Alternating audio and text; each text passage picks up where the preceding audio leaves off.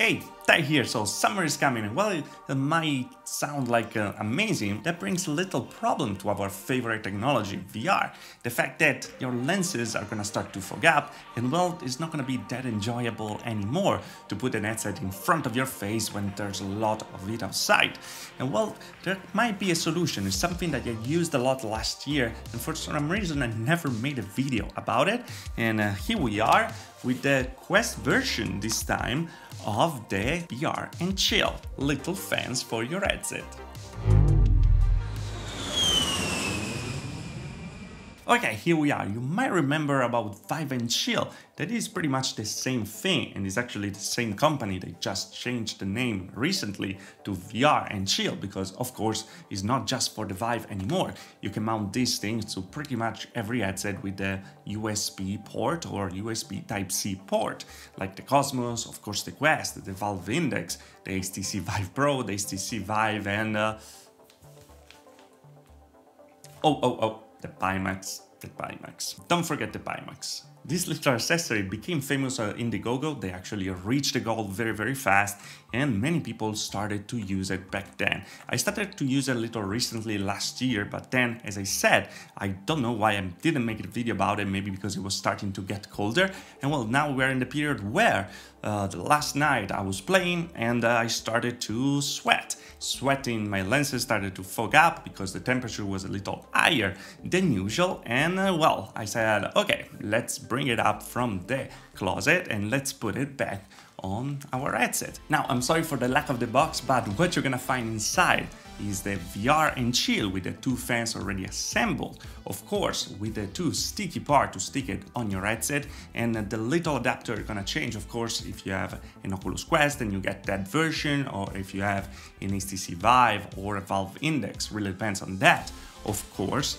And you're gonna find a screwdriver, a little zip tie, another tie to tie it up the top with the controller, and a little adapter USB Type-C to USB Type-A for some headsets like the Valve Index.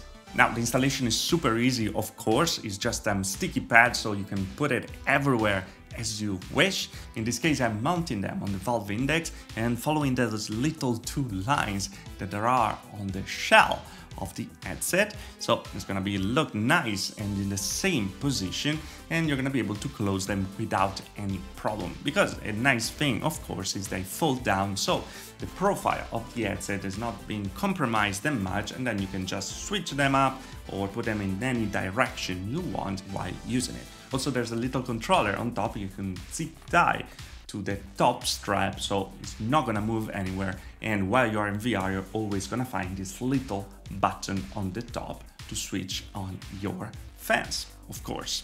Now, there's no software that you have to install to make this work, of course.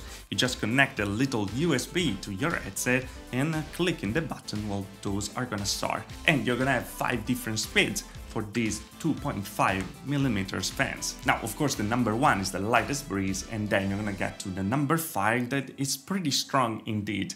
But we have to talk about it a little, because of course you have some fans and we know that fans make noise, and well, there's no exception over here, because going up, well, they're gonna get a little more noisy than usual, as you can hear probably.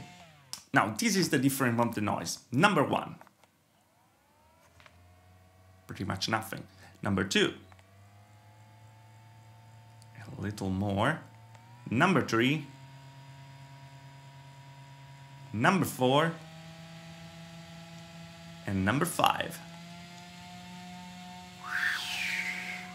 Now, I have to say that if you have over-the-ear headphones like with this deluxe audio strap that I mounted on my Oculus Quest, there's no problem even with the number 5, because the volume of the headset is gonna be higher than the pitch that you have with these fans. But if, for example, with the Valve Index, you don't have something that really covers your ears, so you're always gonna finding yourself hearing the fans on number 5. That's why I'll suggest maybe keeping it on number 3 or number 4.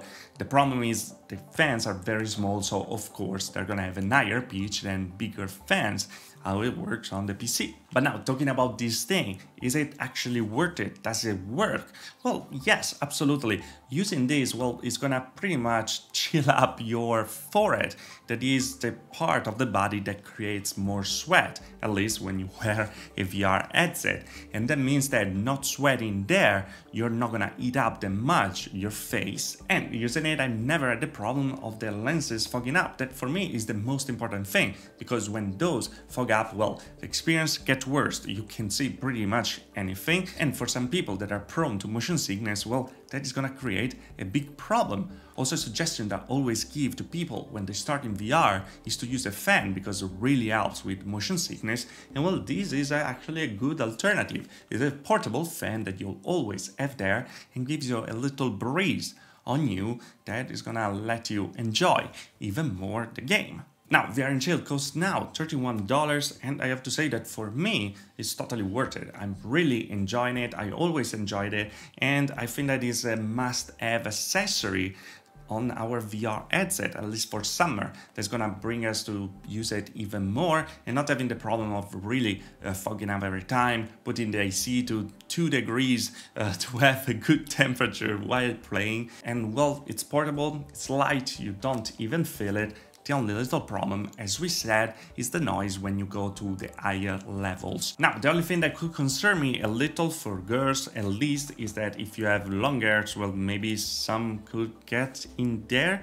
It's not a problem with me, but well, it's something that I was thinking about it. If you put your finger there though, it's not gonna hurt, the space is not big enough, and at the same time, the motor is not powerful enough to actually create some damage. So don't worry too much about it. I really like the fact that it goes down so the profile stays pretty much the same, and well, this is a good solution so far if you are like me and you don't want your headset to fog up every time and to have your forehead like nice and chill every play session. By the way guys, there's no affiliate links or stuff like that. The link is gonna be in the description below if you want to check it out. It's something that I always use it, and so I thought that was a good idea to share it with you as well, also because I have the Oculus Quest version and the Valve Index version that are the headset that I used the most, and well, so you know it now. But if you want to refer a link to support the channel, well, I'm sorry you're not gonna find it, but you can still support the channel with the join button right there. It's gonna be very, very helpful and help to keep going with the channel, because